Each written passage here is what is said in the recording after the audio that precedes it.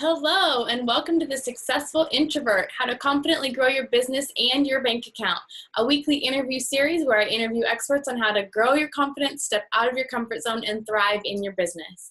I'm Erin Summ, confidence coach, supporting shy and introverted women entrepreneurs to step past their fears of being seen and heard and into confidence so they can make a bigger difference with their business and in their bank account. Make sure to join the free Stand Up and Shine Confidence Challenge at erinsumm.com/confidence challenge to expand your confidence and increase your income in less than 10 minutes a day.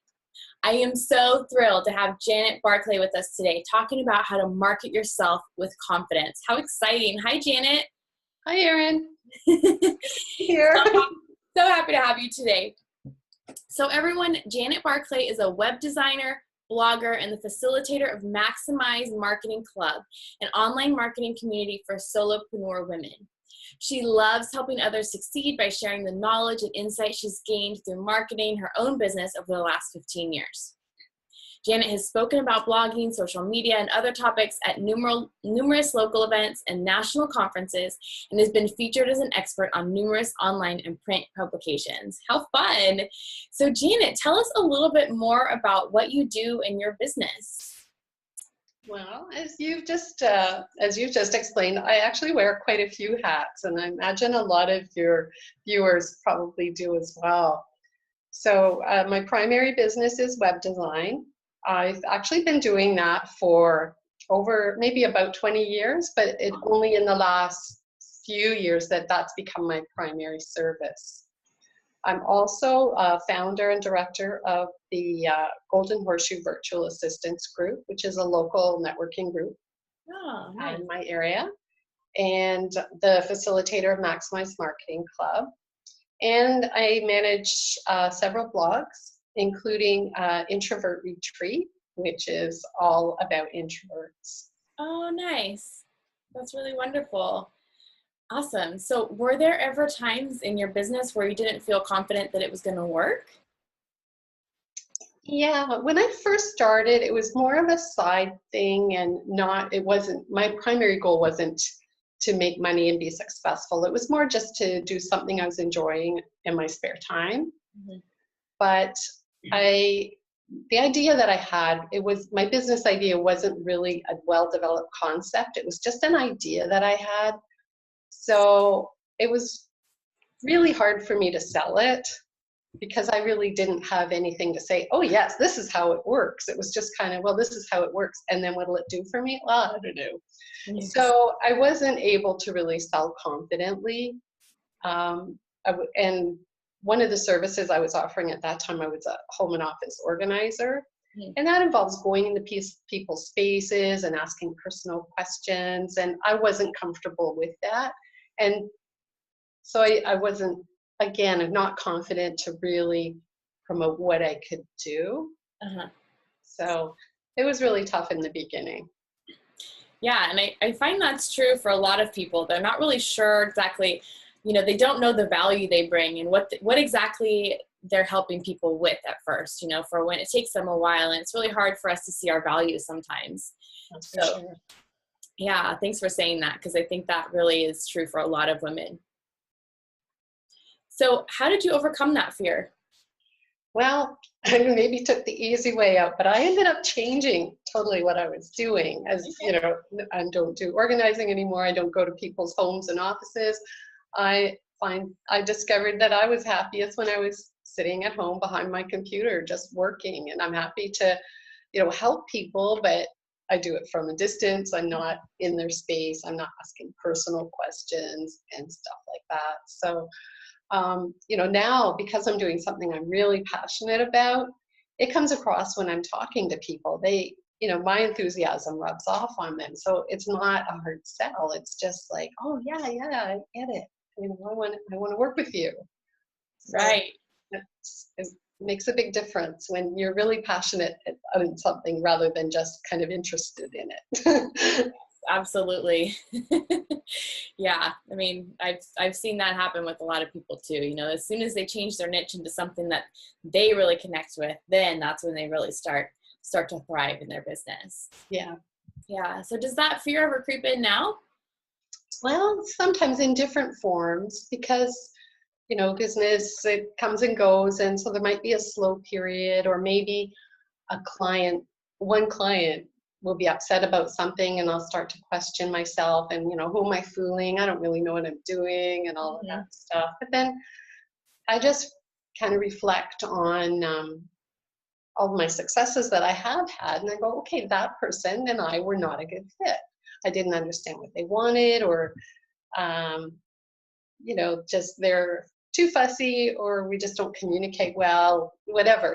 There's always you can't be everybody's person, right? So Right, absolutely. And that's a good point too, is that we need to get really clear on who our ideal clients are, and try to only accept those people, right? And we don't always know, somebody could get, like you said, fussy later and all of that, but it's important to know who our ideal clients are so that we can just work with those people that we love and enjoy and who really connect with us. Right.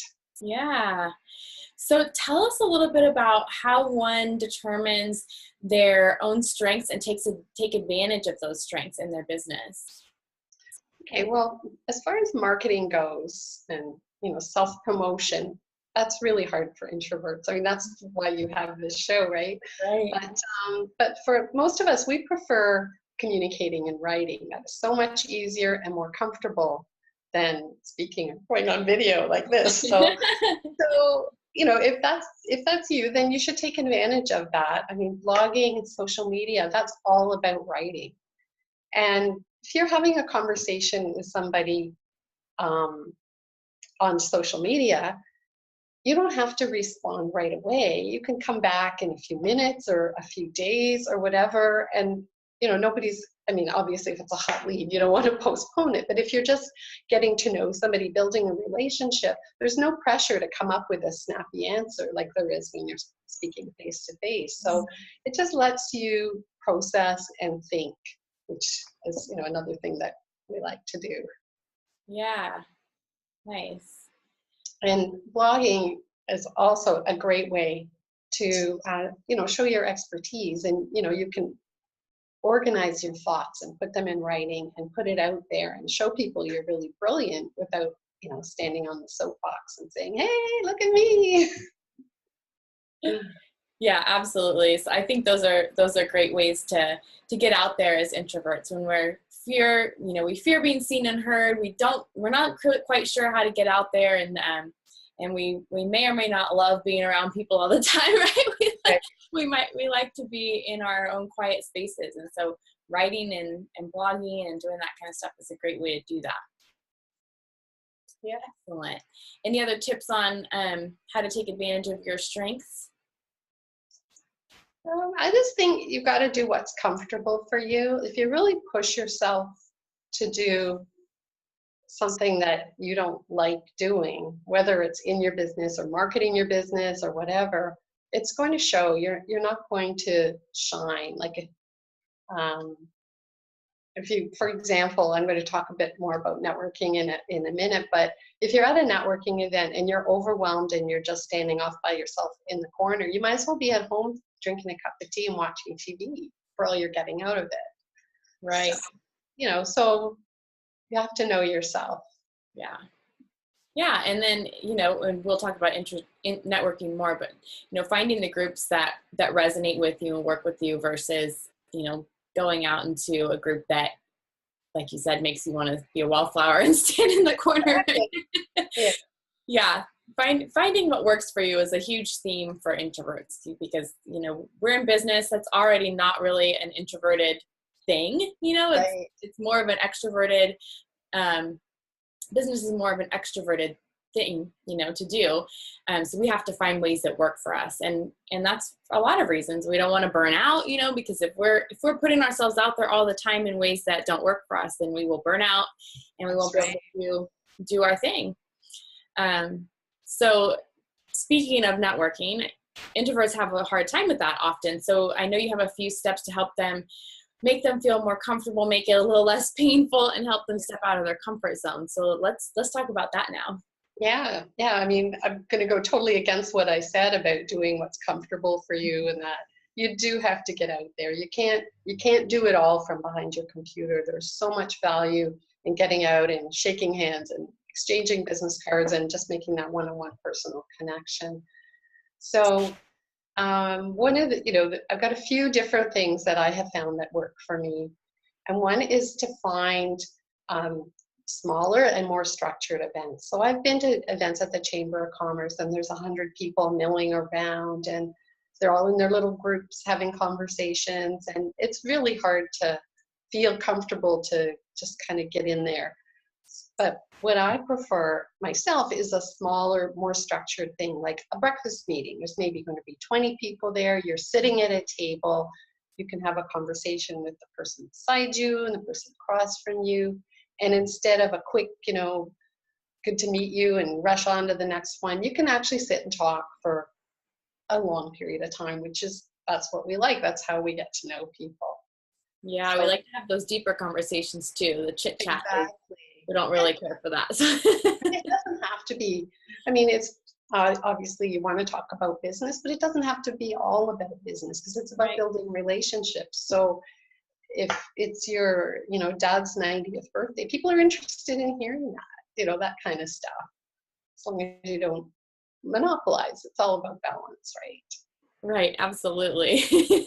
Yeah, and I think that's so true, about finding the group that really works for you. I used to go to groups where it was just this huge networking event for 2 hours, and, it was so nerve-wracking and scary to have to walk up to people that you don't know and try to strike up a conversation, and they might already be in a conversation with other people, and It just so scary. So, I've learned to start going to luncheons or different things like that, where there might be a little bit of mingling happening, but you're at a table where you can talk to your table mates. And then they have, some of them have, I can't remember the name of it exactly, but where there's a couple different groups that you actually go and you go around the circle and tell what you do, so that you're actually getting to know some more people, but it's in a structured way where you're not having to, jump out of your skin trying to meet other people in an unstructured way.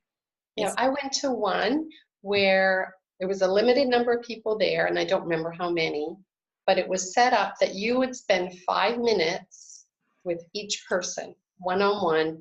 You had a set questions to ask them. The purpose of it was to explore possibilities for joint ventures. So it was just enough to find out, what do you do? What do I do? How could we work together? And it was neat because it was so quiet. I think it was called Intimate something, and which sounds like something else, but it was business. It was great. And I only did that once. And another one, it was whoever organized it matched you up with somebody, not matched, like not this one and this one, but just random. And like whatever the price was, it included your lunch. So you show up at this restaurant and you're meeting somebody you don't know and you're having lunch with them. And it was the same thing. It's just a chance to find out, what do you do? How can I refer business to you? And it was just very comfortable. It was very fun. Nice. That sounds really great. Yeah. I like that. And another one, actually, this is all coming to me, but another opportunity for a one-on-one was I belonged to a group that was all women, but the group leader arranged it that you would have lunch with one member. So again, one-on-one meetings with people that you're seeing at the big meetings, just to get a chance to have those one-on-one conversations. And it's really nice. So yeah, if you can find stuff like that, it's so helpful. Yes, absolutely. Do you have any other steps or tips on networking? Oh, absolutely. Yeah.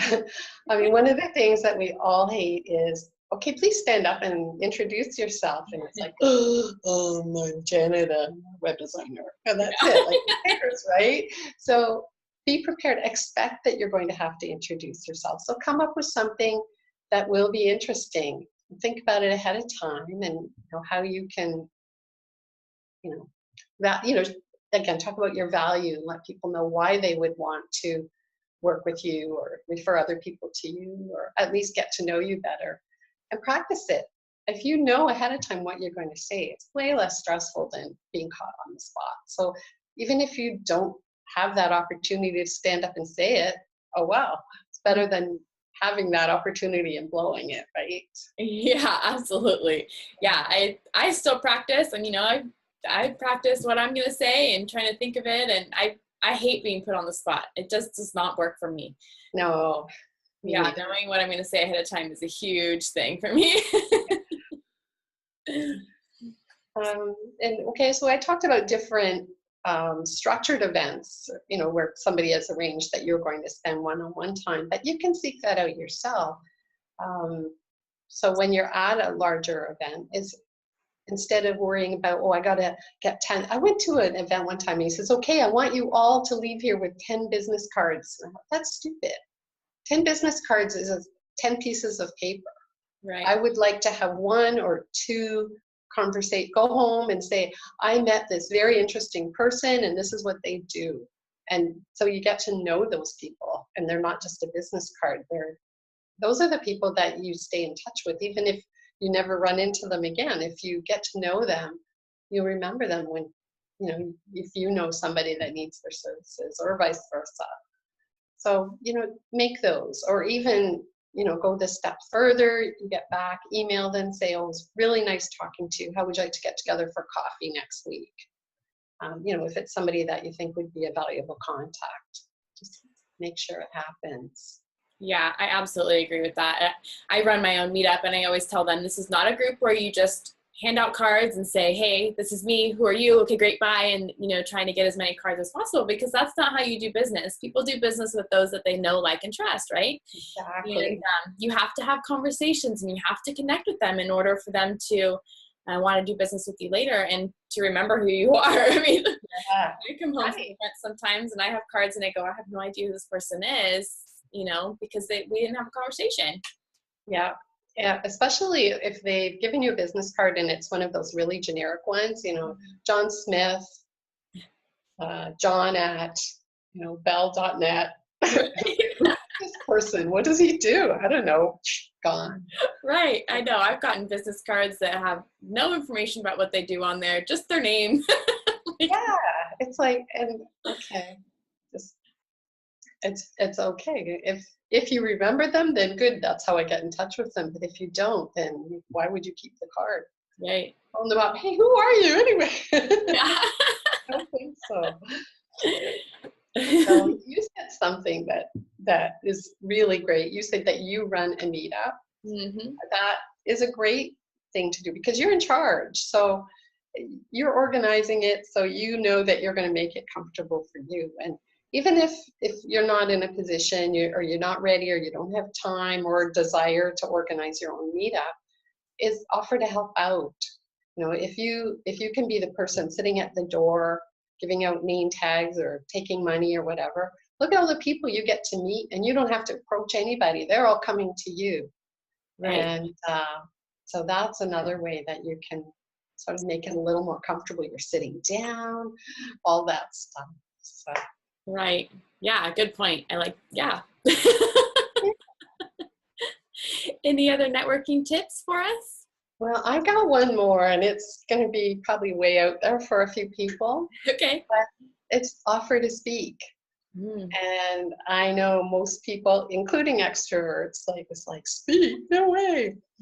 But I am way more comfortable standing in the front of the room talking than walking up to a stranger and saying, hey, what do you do? And I think it's just the mindset is they know I'm here to speak. They're here to hear me. So that's cool. I'm not intruding. I think that's what it is. We always feel like we're intruding if we walk up to somebody, even though they're there to network too. It just doesn't feel comfortable. So I've spoken quite a few times since I've been in business. I've been in business 15 years now. So it's been a while, but the very first time I had a chance to speak at a local bookstore, I was terrified. And it was a Saturday afternoon in June during the NHL playoffs. And nobody showed up. I was so relieved. But I walked out of there and it's like, okay, I spent all this time preparing. I have a talk, I'm going to use it. And I found places and I did it. And it just kind of grew from there. And now I'm always nervous ahead of time. I was nervous before this today. But once I'm up there, it's fun. So I would encourage anybody, don't be afraid. Just give it a try. Try, somewhere safe and small, and go from there. Yeah, I love that. I'm a speaker too, and I used to be terrified as well. And as Jerry Seinfeld used to say, most people would rather be in the casket than giving the eulogy. Right. It doesn't matter who you are. If you're an extrovert, introvert, doesn't matter. Public speaking is terrifying, but that's how you're going to grow your business.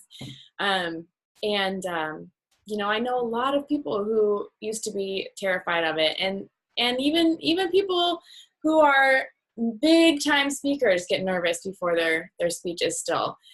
It never really goes away.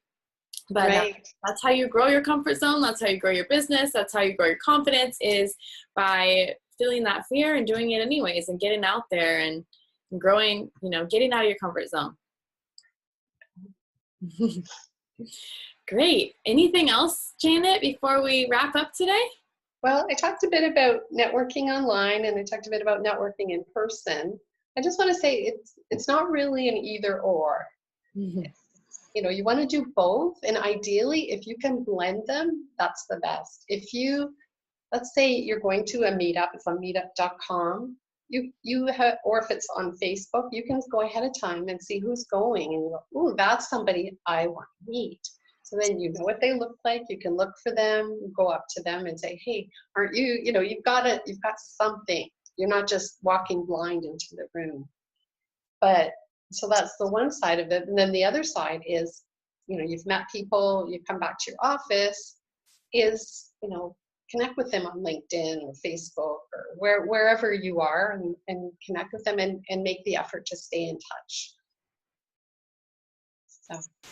Yeah, I think those are some really important points. And I love the idea of looking at the meetup or whatever networking event you're going to, if there's an RSVP list, and seeing who's going, who you might be able to connect with, that you might be interested in talking to. And then also, to make you a little bit more comfortable, who's going that I already know. Yes, that too. Yeah, I like to do that too. Sometimes I go, oh, so-and-so's going to be there. Great. I have a buddy, Right. Which is really nice at times when you're not quite sure about the event, if you've never been there before, different things. It's nice to know somebody there too. So I love the idea of getting to know who's going to be in the room before you show up to connect with. That's great. Thank you for that. Yeah, and then always following up. Make sure to connect with them later, because that's how you're going to continue to build that relationship. Right. That's I have most people forget to do. 2 people that are in my current network that I actually met online when I first started out in 2002, and we're still connected. One is a very good friend. They're both actually very good friends that I see often. So you just never know. Yeah, that's awesome. I love that. Great. Well, Janet, I know that you have a content marketing quiz on your website. Tell us a little bit about that and how they can go do that.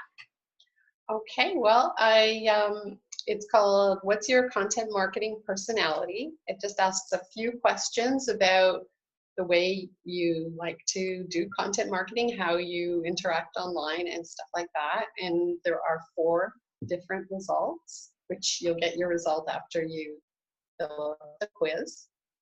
And it's fun. I just launched it this week, and people are having a lot of fun with it. They're posting, telling me, oh, I don't want to give away what they are, but so they're having fun with it. So anybody that wants to try it, it's at janetbarclay.com/quiz. Very cool. Thank you so much. And I'll post that link as well in the comments. Fantastic. And how can viewers get in touch with you? I'm sure they can probably go to your website. Yeah. And how else? On social media, Facebook, LinkedIn? Yeah, I'm on most of the sites. And if you go to my site, janetbarclay.com, at the bottom are links to my social media accounts that I'm actually active on. Oh, good. Fantastic. Great. Well, thank you so much, Janet. This was wonderful, with lots of great tips and information shared with the viewers. I'm sure they'll just soak it in and really, really love it. Everyone, if you would like to watch this interview again or watch past interviews, you can go to my website, erinsumm.com, and click on the blog tab. There's a drop down that says The Successful Introvert, and all the past interviews are there. You can watch anytime. All right, thank you again so much, Janet, for joining us, and we will see you next time, everyone. Thanks for having me. Yeah, thank you. Bye-bye. Bye.